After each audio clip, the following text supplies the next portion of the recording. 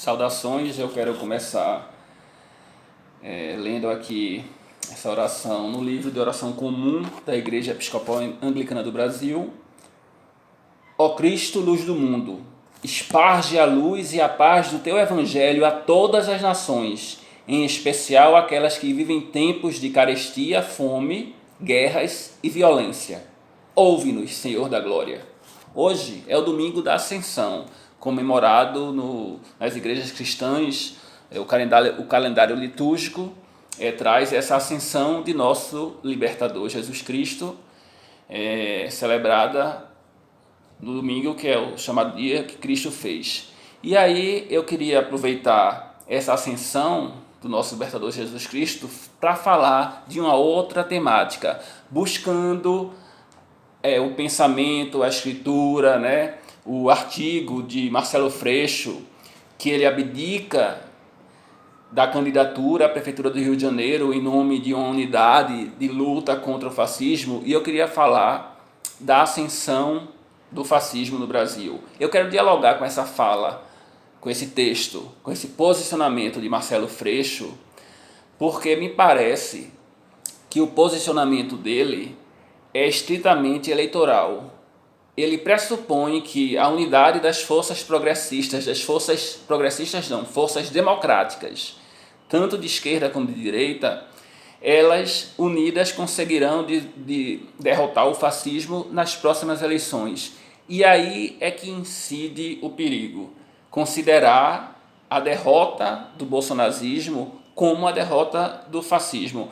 É óbvio que a gente pode imaginar que o desgaste da candidatura do atual presidente até 2022, ela vai ocorrer. É possível que a unidade de forças democráticas promovam essa derrota, mas é o perigo, como eu disse, que a gente precisa não correr, porque derrotando o bolsonarismo, uma candidatura do grupo, do movimento bolsonarista, a gente não vai derrotar o fascismo no Brasil, porque o fascismo parece que veio para ficar. Vamos regressar a 2018, no período da pré-campanha eleitoral.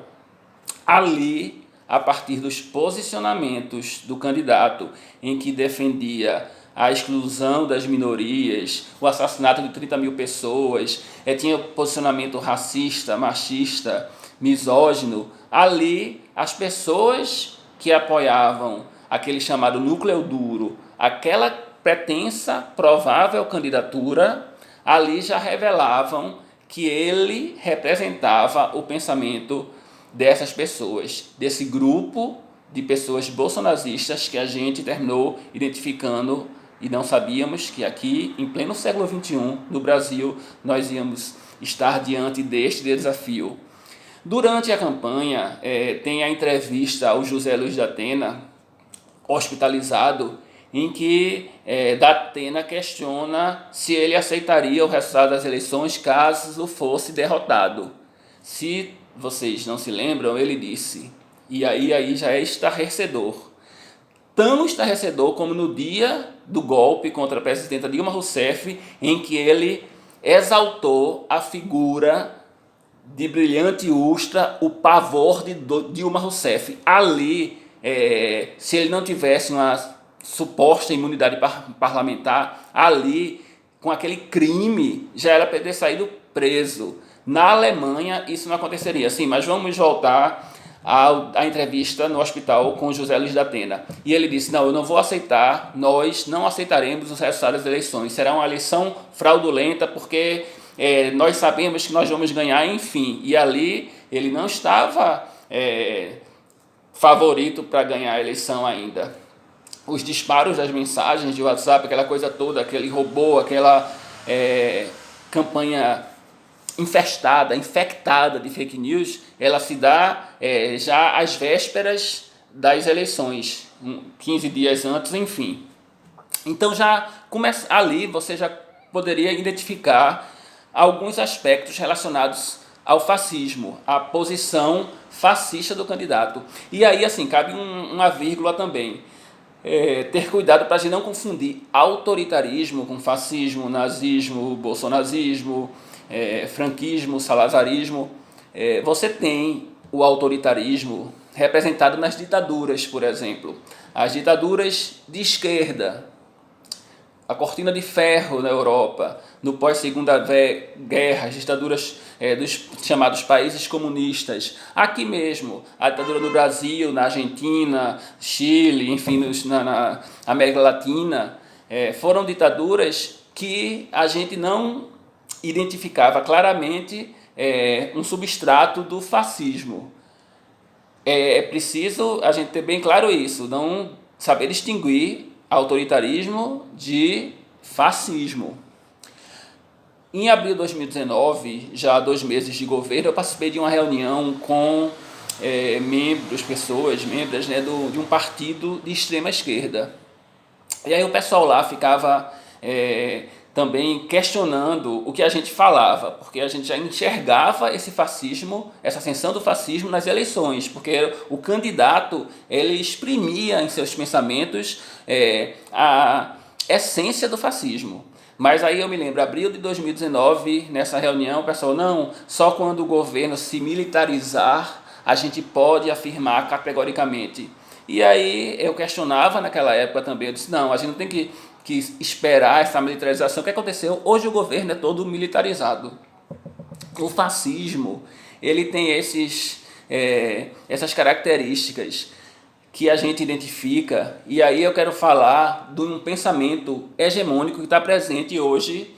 Inclusive, você veja que as pessoas cristãs, hoje, que compõem a base desse governo, as pessoas cristãs que defendem a tradição, a família e a propriedade, as pessoas cristãs que se comportam contra a vida.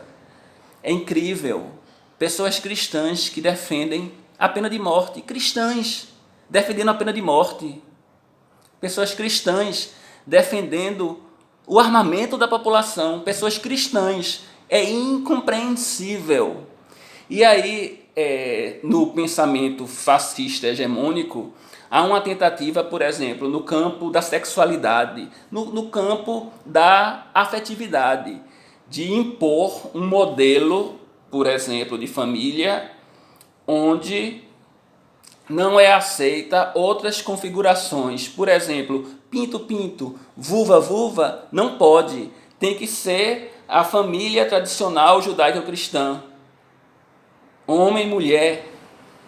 E aí a gente questiona, a família, a base é a sexualidade ou é o amor?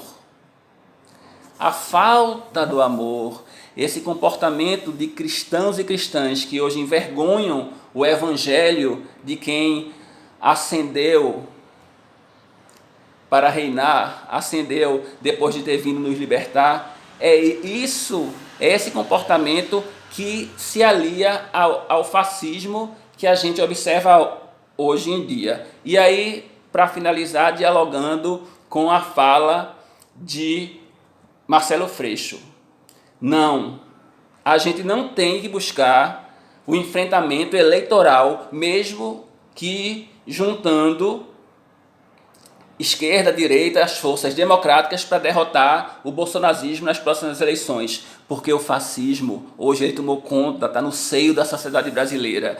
E aí eu não sou um pensador, eu não sou um estudioso, diagnosticar, enxergar a realidade, até que é fácil, a gente está meio no óbvio, enxergando a ascensão do fascismo no Brasil, mas como solucionar esse problema do fascismo na nossa sociedade, eu não tenho essa resposta.